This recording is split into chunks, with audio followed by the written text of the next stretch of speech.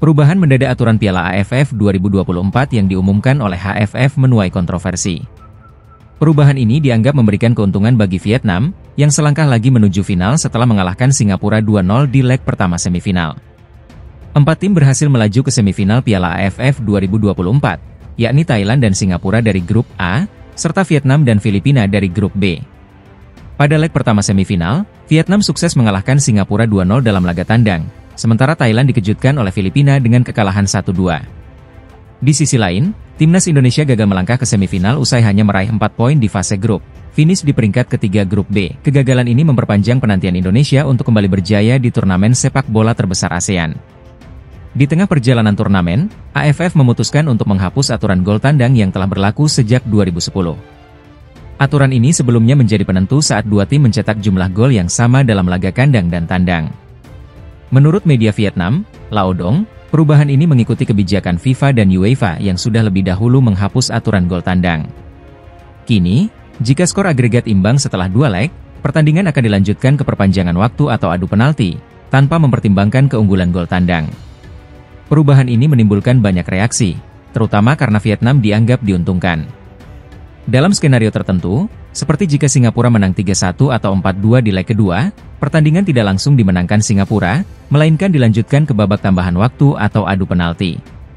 Vietnam yang sudah unggul 2-0 di leg pertama dinilai memiliki peluang besar untuk lolos ke final dengan aturan baru ini.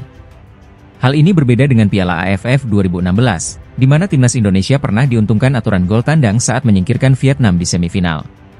Kontroversi perubahan aturan ini menambah dinamika persaingan di Piala AFF 2024. Vietnam yang tampil konsisten di turnamen ini dinilai memiliki jalan lebih mulus menuju final, sementara negara lain harus berjuang lebih keras di leg kedua.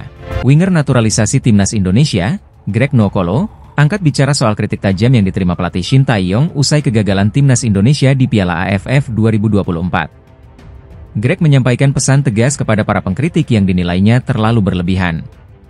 Menurutnya, publik sepak bola Indonesia seharusnya bersyukur memiliki pelatih kelas dunia seperti Shin Tae-yong. Tagar STY Out ramai menggema di media sosial setelah timnas Indonesia gagal melaju ke semifinal Piala AFF 2024. Tim asuhan Shin Tae-yong, yang mayoritas diperkuat pemain muda di bawah usia 22 tahun, harus terhenti di fase grup setelah kekalahan dari Filipina. Meski begitu, sebagian besar penggemar sepak bola tanah air tetap mendukung pelatih asal Korea Selatan tersebut. Prestasi Shin Tae-yong selama 5 tahun menukangi timnas Indonesia dinilai membanggakan, termasuk keberhasilan membawa Garuda bersaing di kualifikasi Piala Dunia 2026 dan lolos ke putaran final Piala Asia 2 kali berturut-turut. Greg Nwokolo, yang pernah memperkuat timnas Indonesia, menilai kritik terhadap Shin Tae-yong tidak adil. Dalam wawancara di Podsea, Greg mengungkapkan pandangannya tentang perubahan mentalitas pemain di era Shin Tae-yong. Orang tidak suka dengan ST. Sekarang mereka ketemu karakter seperti Shin Tae-yong, mereka mau kerja keras, ujar Greg. Ia pun membandingkan dengan pengalamannya di masa lalu, ketika para pemain cenderung manja dan kurang menerima kritik. Zaman aku di timnas semua manja. Dimarahi sedikit seperti Hello Kitty, saat meeting pelatihnya harus ganti, manajemennya harus ganti, jelanjutnya. Menurut Greg, kehadiran Shin Tae-yong telah membawa perubahan besar bagi timnas Indonesia. Polesan sang pelatih membuat Garuda mulai diakui di Asia. Sekarang, Pak Erik kasih Shin Tae-yong kesempatan, dan ST tegas, kamu gak mau kerja keras, keluar. Lihat sekarang mereka di mana? Sepak bola bukan untuk Hello Kitty. Sepak bola itu untuk laki-laki yang punya mentalitas, tegas Greg. Greg juga mengaku sedikit iri melihat perkembangan timnas Indonesia di era Shin Tae-yong. Ia berharap perubahan ini terus berlanjut demi masa depan sepak bola Indonesia. Bukan aku jelekin, tapi zaman aku, pemain sedikit-sedikit main satu game, datang game berikutnya pelatih baru.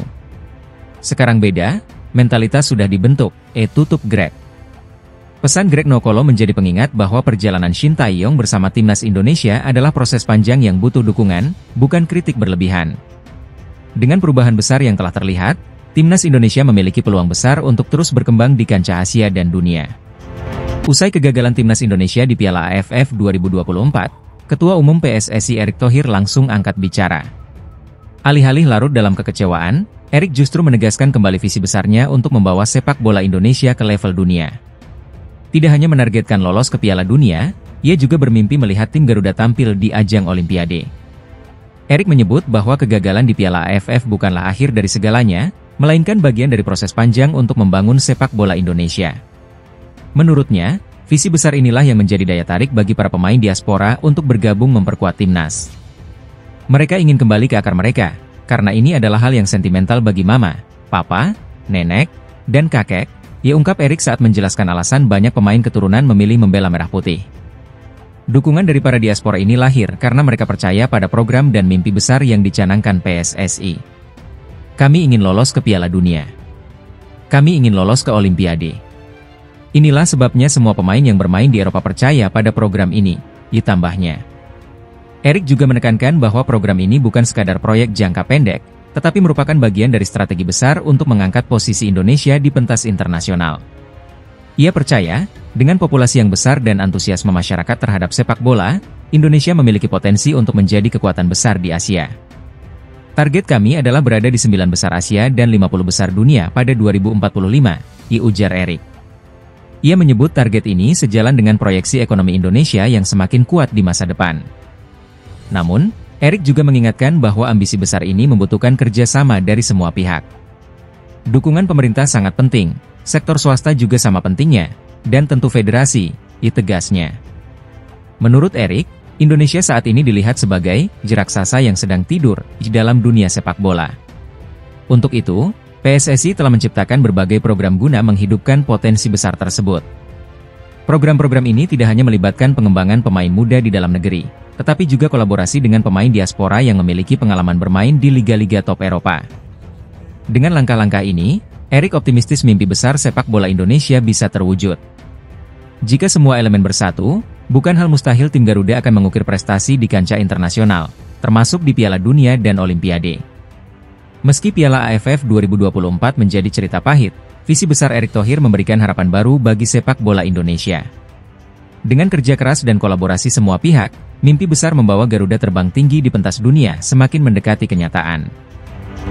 Pelatih Timnas Indonesia, Shin Tae-yong, mengungkapkan penyesalan terbesarnya setelah gagal membawa skuad Garuda lolos ke semifinal Piala AFF 2024. Kekalahan dari Filipina dengan skor 0-1 di Stadion Manahan, Solo, Sabtu, 21 Desember 2024, mengakhiri langkah Indonesia di turnamen tersebut. Gol tunggal Born Christensen dari titik putih pada menit ke-63 memastikan kekalahan Indonesia di laga terakhir Grup B. Dengan hasil ini, Timnas Indonesia hanya mampu mengumpulkan 4 poin, tertinggal 6 angka dari Vietnam yang menjadi juara grup, dan 2 angka dari Filipina yang melaju sebagai runner-up. Kegagalan ini menjadi pukulan telak bagi para supporter, mengingat Piala AFF yang telah diidam-idamkan sejak 1996 kembali gagal diraih. Shin Tae-yong pun menjadi sorotan dan sasaran kritik dari berbagai pihak. Banyak yang mempertanyakan kemampuannya dalam meramu strategi, khususnya untuk memaksimalkan potensi pemain muda. Bahkan, desakan kepada PSSI untuk memutus kontraknya mulai muncul, terutama di media sosial. Namun, Shin Tae-yong tidak tinggal diam. Pelatih asal Korea Selatan ini menyatakan bahwa kegagalan kali ini bukan sepenuhnya karena performa pemain, tetapi lebih pada kondisi yang tidak ideal. Mungkin bisa dibilang gagal karena kita tidak bisa lolos dari fase grup, tapi kita bisa lihat ini bukan timnas senior, ujar Shin Tae-yong usai laga melawan Filipina. Salah satu faktor utama kegagalan timnas Indonesia di Piala AFF 2024 adalah absennya sejumlah pemain senior. Turnamen ini tidak masuk kalender resmi FIFA, sehingga klub-klub berhak menolak melepas pemain mereka. Akibatnya, nama-nama seperti Jay Ijes, Tom Haye, dan Kevin Dix tidak bisa memperkuat tim Merah Putih. Shin Tae-yong pun harus mengandalkan pemain muda yang rata-rata berusia 22 tahun, ditambah beberapa pemain abroad seperti Asnawi Mangkualam, Pratama Arhan, Marcelino Ferdinand, dan Rafael Struijk. Sementara itu, Ivar Jenner dan Justin Hubner juga absen karena tidak mendapat izin dari klub mereka. Shin Tae-yong mengungkapkan bahwa penyesalan terbesarnya adalah tidak bisa membawa skuad senior ke turnamen ini. Jika bawa timnas senior, saya pastikan juara. Daripada kita sebut kegagalan, tetapi ini menjadi pengalaman bagi pemain muda, ujarnya. Kegagalan di Piala AFF 2024 memang menyakitkan, tetapi pengalaman ini diharapkan menjadi pelajaran berharga bagi timnas Indonesia. Dengan fokus pada pembinaan pemain muda, Shin Tae-yong optimistis bahwa masa depan sepak bola Indonesia masih cerah.